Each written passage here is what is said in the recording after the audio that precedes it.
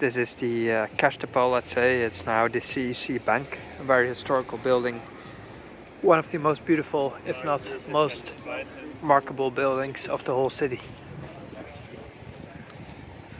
Casa de Depuneri Consumatuni și Economia. Historical letters are still there. And all around us are such huge buildings. It's a very elegant city. So that building on the right is the court of Bucharest. It's here on the river called Spaul Independenței, which is the Independence Canal, let's say. It was handmade, it is not a natural river, obviously. And right now we're at the border of the socialist quarters of Bucharest. Essentially, Bucharest is a pretty old city. It had a lot of, let's say, winding streets in all directions, lots of little buildings and churches. And then Nicolae Ceausescu, who was the dictator, together with his wife Elena, decided to realistically bulldoze a whole part of the old city of Bucharest. And what was put there instead is a socialist building. So you can see these flats right here. Some buildings were left, such as that Bruncovenesque building. The court was left, and this is all socialist architecture from not too long ago. What is it, 1960s, something like that.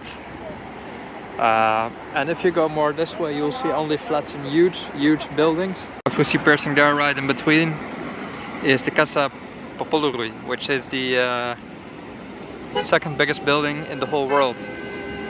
So the first is the Pentagon in the US. Second is right here, the House of the People, the Houses of Parliament of Romania, where the modern day government is still situated. It was the Grand Palace built by Nicolae Ceausescu. He never saw it finished because he was executed together with his wife Elena in 1989, I believe, in the city of Târgoviște here in Romania.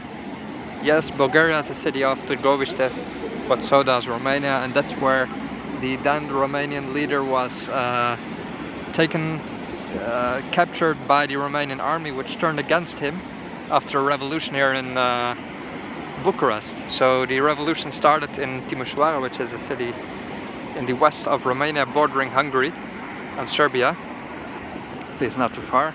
It's where the revolution started. It spread to Bucharest, and like a spark it inflamed, it engulfed the whole country. And then Nicolae was in Bucharest and he did a speech, and then the crowd started turning against him. And then his let's say security took him to Târgoviște by helicopter, where he was arrested by the army, which gave him a sentence. They just had a room in a building which they turned into a courtroom. They gave him a sentence for officiality, but he was to be executed together with his wife Elena for crimes against humanity, for starving the Romanian nation, because that's really what happened. And compared to Bulgaria, communism here was a lot harsher. It was on levels of North Korea, which Ceausescu was actually inspired by. And the, let's say, socialist district here in Bucharest and the boulevards are inspired actually by Pyongyang, where Ceausescu went. He came back and implemented his plans here. That's what happened truly.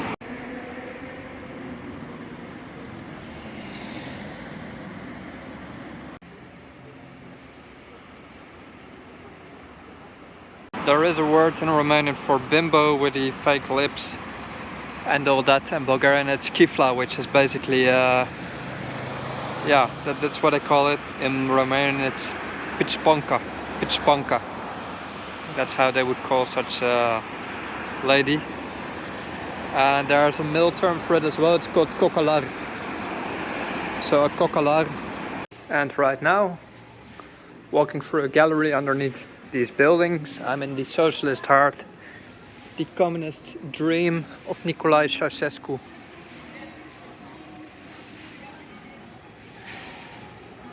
Nicolae Ceausescu wanted to have the socialist heart of Bucharest with these big boulevards lined with trees. It basically ruined the city, destroyed the old buildings that were once here, and led to an enormous disconnect in the city because there's no metro underneath this part, and it basically sort of disrupted the whole infrastructure of the town, which was a bad thing. So that's the House of Parliament there, the government building, Palace of the People of Ceausescu Nicolae, and all around is this big boulevard which leads to Piazza Neri, Union Square over there, which is the sort of Sedica of Bucharest.